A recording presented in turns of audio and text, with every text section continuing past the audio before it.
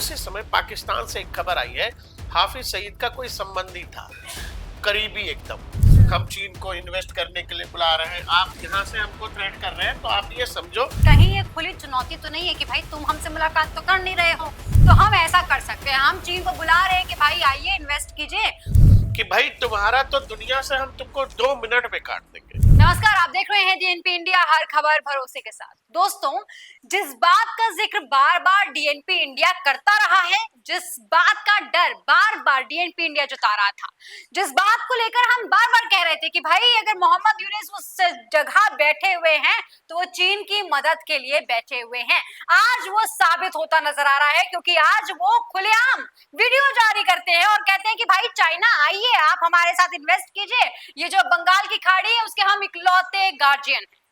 प्रकाश जी, आप इसे कैसे देखते हैं? इस बात का जिक्र कर रहे हैं, वो इतना बड़ा दावा कर रहे हैं, वो हमारे जो 7 सिस्टर्स हैं उसकी बात वो कर रहे हैं, वो चिकन नेक की बात कर रहे हैं। देखिए, उसको भीख मांगना कहते हैं। ये आदमी भिखारी से ज्यादा की हैसियत बांग्लादेश में रखता नहीं है जी। और थोड़े समय बाद आपको हम समझ 2 महीने 6 महीने, शायद इतना भी समय इस आदमी के पास अब है नहीं। लेकिन क्या होता है कि आदमी जब डेस्परेट होता है तो फिर इस तरह की बकवास आदमी करता है। आपकी हैसियत नहीं है, आप इंडियन नेवी को कह रहे हो कि जी हम गार्जियन है, हमसे पैदा हुई औलाद हमको ये बता रही है कि वो हमसे ताकतवर है। आप ये समझ लो, ये पूरा हिंद महासागर और बंगाल की खाड़ी, यहाँ इंडियन नेवी के अलावा पत्ता भी हिलता नहीं है, लेकिन फिर भी लोगों का अरमान है, चलिए पूरा कर लेंगे। अब ये व्यक्ति जो चीन गया था, वहां से एक वीडियो इसका वायरल हो रहा है। ये खुला कह रहा है कि जो भारत की जो 7 सिस्टर्स हैं, जो भारत के राज्य हैं, और उसके बाद ये बंगाल की खाड़ी, इंडियन ओशन, बहुत सारा बकवास ये कर रहा है। लेकिन दर्शकों, ये समझ लीजिए, भारत के लिहाज से, इंडियन आर्मी के लिहाज से और भारत की डिफेंस स्ट्रेटजी के हिसाब से अगर आप देखिएगा तो ये आदमी वो सारा माहौल बना रहा है जिसमें भारत को ये करना पड़ेगा कि देखो यूनिस, अब हमको ये करना पड़ेगा, जिसमें ये हो जाएगा कि ये वाला जो इलाका है, जो हम पहले भी कहते रहे, या तो ये बुल्स नेक हो जाएगा, एलिफेंट नेक हो जाएगा, या वो मैं कहता रहा बफेलो नेक हो जाएगा। क्योंकि आप ये समझो कि आप जब बार बार हमको सामरिक दृष्टि से हमको ये बता रहे हो, ब्लैकमेल करने की कोशिश कर रहे हो, और हमको ये भी बता रहे हो कि ये आपके 7 राज्य हैं और हम यहाँ पर हैं, उसके नीचे बंगाल की खाड़ी है, हम हैं, क्या हम किंग हैं वहां के? क्या क्या बोला है इसने? कहते हैं हम गार्जियन हैं, हम गार्जियन। ये कहते हैं कि जो 7 सिस्टर्स हैं वो वहां तक जा ही नहीं पाएंगी और इसी वजह से हम वहां के गार्जियन होते हैं। जिनकी हैसियत जो है, जिनके बदन पे अगर कपड़ा है तो हमारी वजह से है, जिनके यहाँ अगर यहाँ दिल्ली में एक बटन ऑफ करे ना तो ढाका अंधेरे में डूब जाएगा, उस देश का कथित मुखिया जो चुना हुआ नहीं है, जो पपेट है, वो डीलिंग ये दे रहा है कि हम यहाँ के गार्जियन हैं। अभी आपको मैं दावे से कह रहा हूं, विद इन 6 मंथ 3 मंथ, मुझे नहीं पता कितना समय इस आदमी के पास है, ये आदमी आपको बांग्लादेश में दिखेगा नहीं। दर्शकों, हम जिस समय ये वीडियो कर रहे हैं उसी समय पाकिस्तान से एक खबर आई है, हाफिज सईद का कोई संबंधी था, करीबी एकदम। वो क्या था, लश्कर तैयबा और अलकायदा इन सब के लिए फंडिंग करता था। एक अननोन गनमैन गया और उसका हिसाब हो गया। ये जो नोबेल वाला चाचा ऐसे बकवास खुलेआम कर रहा है ना, कोई ठिकाना नहीं। और अननोन गनमैन केवल पाकिस्तान में घूमेगा, अननोन गनमैन को बांग्लादेश नहीं दिखा हुआ है, मुझे नहीं पता। लेकिन आप ये समझना, जब कोई व्यक्ति इस तरह की बकवास, वो भी जो राष्ट्राध्यक्ष के कद का है, आप जब, भाई सिंपल सी बात है, आप जब भारत के खिलाफ हमारे टुकड़ों पे पल रहे हैं और हमें आप ये थ्रेट देंगे कि आपका ये 7 राज्य है, हम चीन को इन्वेस्ट करने के लिए बुला रहे हैं, आप यहाँ से हमको थ्रेट कर रहे हैं, तो आप ये समझो कि भाई तुम्हारा तो दुनिया से हम तुमको 2 मिनट में काट देंगे। 2 मिनट में तुम दुनिया से जुड़ोगे इसी रास्ते से ना। ये ब्लॉक हो गया, म्यांमार में लोग तुमको घुसने नहीं देते हैं, और म्यांमार से जो रोहिंग्यास आए हैं वो ऑलरेडी तुम्हारे लिए बहुत बड़ा चैलेंज बने हुए। तो वही मैं कह रहा हूँ कि ये जो बोला है यूनिस ने, वो दरअसल डेस्परेशन में बोला है। दिल्ली को वो बार बार कॉल कर रहा है, दिल्ली से कई बार बातचीत करने की पेशकश कर रहा है, दिल्ली उसको भाव दे नहीं रही। यही मैं कहना चाहती थी कि कहीं ये खुली चुनौती तो नहीं है कि भाई तुम हमसे मुलाकात तो कर नहीं रहे हो, तो हम ऐसा कर सकते हैं, हम चीन को बुला रहे हैं कि भाई आइए इन्वेस्ट कीजिए, हम ना सिर्फ वहां पे प्रोडक्ट बनाएंगे बल्कि विश्व भर में बेचेंगे, ऐसा कह रहे हैं। देखिए, लड़ाई बराबरी में होती है। चुनौती, अब कल को नेपाल भी कुछ कह दे, भूटान कह दे, तो चुनौती थोड़ी है। हमारे यहाँ कहावत है, हाथी चले बाजार और आगे क्या है वो दर्शक बेहतर समझते हैं। जी। तो भारत की इकोनॉमी देखिए, भारत की आर्मी देखिए, तो उसमें ना बांग्लादेश समझ आएगा आपको, ना पाकिस्तान समझ आएगा। जी। आप कहाँ चीन से टकराने की बात कर रहे हैं, इसमें ये चुटभैये नए नए नेता पैदा हुए, तो इनका हिसाब तो वही होगा जो शेख हसीना के खिलाफ इन्होंने किया है। अभी 2 महीने 3 महीने में अभी ये भी कहीं पत्थर खाते मिलेंगे ढाका की सड़कों पर। और इस तरह का बकवास जो, देखो, इस तरह की बातों से होता कुछ नहीं है। ये एक ब्लैकमेलिंग का खेल है, ब्लैकमेल करने की कोशिश है नई दिल्ली को। अब सवाल आप ये समझना, मैं फिर कह रहा हूं कि जब डोनाल्ड ट्रंप ने ये कहा कि भाई बांग्लादेश मोदी देखेंगे, तो मोदी देखेंगे का मतलब उसमें सब कुछ है। मोदी इकोनॉमिकली भी देखेंगे, मोदी सेना के लिहाज से भी देखेंगे, और मोदी वैसे भी देखेंगे जैसे उनको देखना होगा। अगर उनको दोनों ही तरीकों से देखना, मैंने क्या कहा, इस देश की हैसियत ये है कि यहाँ दिल्ली में स्विच ऑफ और वहां लाइट गुल। तो ये हिसाब है इस देश का। और ये हमको हमारे अब आप ये समझो कि भाई जो 7 राज्यों का ये जिक्र कर रहा है, आपको क्या लग रहा है कि हमारे डिफेंस में बैठे हुए लोग, डिफेंस स्ट्रेटजी को तय करने वाले लोग या भारतीय एजेंसियां इस चीज को नहीं समझ रही है?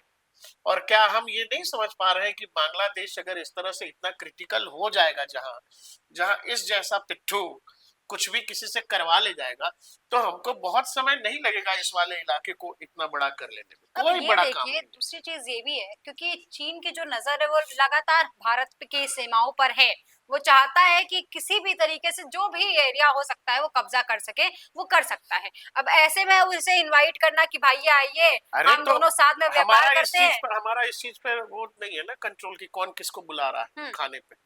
कहीं ऐसा ना हो जाए कि वो बुला तो बांग्लादेश रहे, भारत आ जाए। आप अपने घर में किसी को बुला लो खाने के, उससे हमें क्या फर्क पड़ता है। हाँ, लेकिन दिक्कत ये है कि क्या चीन की कुव्वत है कि वो भारत से टकराएगा? चीन नहीं लड़ने जा रहा भारत से, उसको अमेरिका से लड़ना है, इसीलिए गलवान से वो भागा है। अगर उसको लड़ना रहता तो गलवान में खड़ा रहता, हम भी 3 साल से थे, वो भी लोग थे एलएसी पर। आपको रहना चाहिए था, आप क्यों पीछे हटे? क्यों?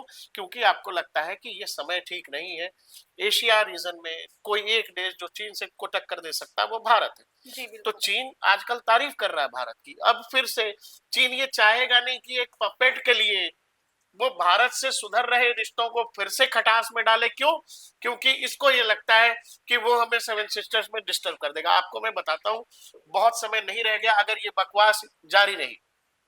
2 चीजें होंगी दर्शकों, या तो इस पिट्ठी को जाना है, ज्यादा समय नहीं है, जैसा मैंने कहा बांग्लादेश में चुनाव होंगे और संभव है शेख हसीना की देश वापसी हो जाए। नहीं होंगे, वहां सिचुएशन और क्रिटिकल होगा। मान लो कुछ कह नहीं सकते, आईएसआई का इन्वॉल्वमेंट बहुत ज्यादा हो या पाकिस्तानी आर्मी का इन्फ्लुएंस ज्यादा हो, और वहां अगर चीजें हाथ से बाहर जाएंगी तो हो सकता है भारत सैन्य ऑप्शन पर भी विचार करे। और जब उस पर विचार हम करेंगे तो निश्चित तौर पर ये जो हमें डीलिंग दे रहा है 7 सिस्टर्स की, हम इस वाले इलाके को बड़ा कर देंगे।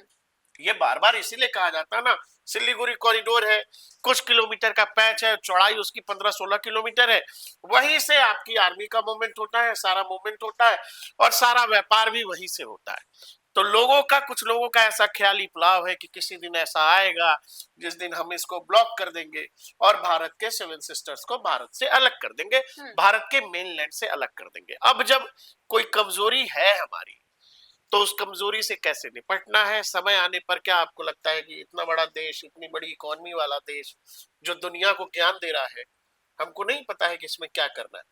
तो इस जैसे पिट्ठू उट्ठू बोलने से कुछ नहीं होता है। ऐसो का इलाज जिस दिन होना होगा, हमको 370 हटा के फेंकना था, हमने कर दिया जी।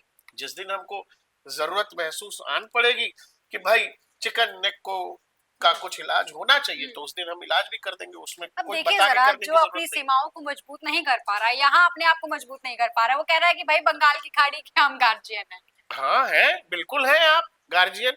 ऐसे बहुत सारे डपुरसंख भारत ने देखे, और हमारे गांव घर में भी बहुत सारे होते हैं जो बाप दादा जमीन थी, बेटा सारा जमीन बेच बेच के खा रहा है, लेकिन जमींदार बना हुआ है। तो ऐसों को क्या कहेंगे? यूनिस कोई चुना हुआ सरकार का मुखिया नहीं है, इसको बिठाया गया है, तब तक की नौकरी है जब तक की चल रही है। जिस दिन उठा के फेंके गए, इनको दुनिया में कहीं जगह नहीं मिलेगी। अब भारत के लिए तो सेवन सिस्टर्स बहुत मायने रखती है, चिकन अरे हेड बहुत मायने स्नेहा, रखती है। आपके पाकिस्तान कभी आपका भला चाहेगा क्या? बांग्लादेश कभी आपका भला चाहेगा क्या? सवाल ये है कि आप इन चीजों को कितना सीरियस लेते हो। मेरे लिए ये आदमी नॉनसेंस से ज्यादा कुछ है नहीं। जिस दिन कोई सीरियस थ्रेट होगा तो इनका हिसाब वो होगा जो पाकिस्तान में बाकी आतंकियों के साथ हो रहे हैं। तो आपको समझना पड़ेगा कि बोल कौन रहा है। ये आदमी हमारे लिए इतना महत्वपूर्ण नहीं है जी। इसको हम जब चाहेंगे भाई, बांग्लादेश, श्रीलंका, नेपाल, भूटान, वहां आज भी भारत जो चाहता है वो कर सकता है जी। दिन रात हर घंटे आधे घंटे पे खेल पलट सकता है भारत। हाँ, सवाल है कि आप करना चाहते हैं कि नहीं। ये तब तक आपके मूड पर डिपेंड करता है। आप जिस दिन चाहेंगे उस दिन हो जाएगा। लेकिन हाँ, आपने छोड़ रखा है, ठीक है, चलिए खेलिए, कोई दिक्कत नहीं है। हाँ, आपने जिस दिन हमें परेशानी में डाला तो फिर आपका देखने वाला कोई नहीं होगा। आपको ये समझना पड़ेगा। ठीक है, तो मान लिया जाए कि फिलहाल इनकी बातों पे ध्यान देने की जरूरत नहीं है। नहीं दे सकते ना भाई, आपका देश खुद परेशानी में। आटा चावल दाल की टमाटर की लड़ाई लड़ने वाले लोग हमको इंडियन ओशन और बंगाल की खाड़ी बता रहे हैं। तो ऐसे जाहिलों से क्या बात करिएगा आप भाई? इसको कुछ नहीं आता है, कुछ नहीं आता है, मतलब कुछ नहीं। तो नहीं है कि भाई हम पहले वीडियो पब्लिश कर देते हैं, इससे कुछ ना कुछ तो होगा। चाहे हो सकता है कि भारत मिलने को तैयार हो जाए, इतना ही हो जाए। ठीक है, ठीक है, ऐसी स्ट्रेटजी नहीं होती है जी। आप हमको बता के कि हम इसको ऐसा कर देंगे, सेवन सिस्टर्स और ये वो बकवास करके आपको लगता है कि भारत जिस दिन करेगा उस दिन ये बता के करेगा कि इस वाले डिवीजन को हम बांग्लादेश से इधर जोड़ लेंगे। भारत ने आज तक कोई बकवास की है? हाँ, लेकिन जिस दिन करना होगा रंगपुर डिवीजन भारत में मिल जाएगा जी। तो जो करने वाले लोग होते हैं वो बोलते कम है, इनकी हैसियत में ही कुछ नहीं है। हमारे दिए हुए लाइट पर, बिजली पर इनकी आर्मी जिंदा है जो कुछ भी कर पा रही है। वो हमको बता रहे लाइट काट दूंगे तो हथियार नहीं चला पाओगे यार, बॉर्डर पे निगरानी कैसे करोगे? लाइट काट दी तो डीलिंग दे रहे हो। फिलहाल मुझे लगता है कि मोहम्मद यूनिस को अपने देश की स्थिति को देखना चाहिए, समझना चाहिए कि वहां पर किस तरीके के हालात हो चुके हैं। खाने पीने के लिए, बिजली के मामलों में किस तरीके से वो अपने आवाम को आगे बढ़ाएंगे, इस पर ध्यान देना चाहिए। इसके सिवाय कि भाई कहीं जा रहे हैं, आप दौरा करने जा रहे हैं और वहां कहते हैं कि आइए भैया, आप जो हमारा बंगाल का खाड़ी है उसके हम गार्जियन हैं और वहां आइए, आप निवेश कीजिए, आप मार्केट पैदा कीजिए, हम विश्व भर में सामान बेचेंगे और विश्व गुरु बन जाएंगे। ऐसे नहीं बनता है विश्व गुरु। विश्व गुरु बनने के लिए जिस तरीके से भारत दिन रात एक करके काम कर रहा है, उसे पछाड़ने वाला कोई नहीं है आसपास। तो ऐसे में यूनिस को समझना चाहिए, देखना चाहिए और अपने बारे में थोड़ा भली बात ही जाननी चाहिए। इस तरीके की बकवास तो ना ही करे कम से कम। दोस्तों, आपको क्या लगता है, क्या मोहम्मद यूनिस को इस तरीके के बयान, वो भी इस ऐसे पब्लिकली बोलना चाहिए था? और ना सिर्फ वो चाइना गए और वहां से जाके भाई ऐसी ऐसी बातें बोलकर आ रहे हैं, इससे क्या कुछ प्रभाव होगा? दोस्तों, आप भी जरूर बताइएगा कमेंट सेक्शन में लिखकर हमें। और इस खबर में फिलहाल के लिए इतना ही। ऐसी और खबरों के लिए देखते रहिए DNP इंडिया, हर खबर भरोसे के साथ।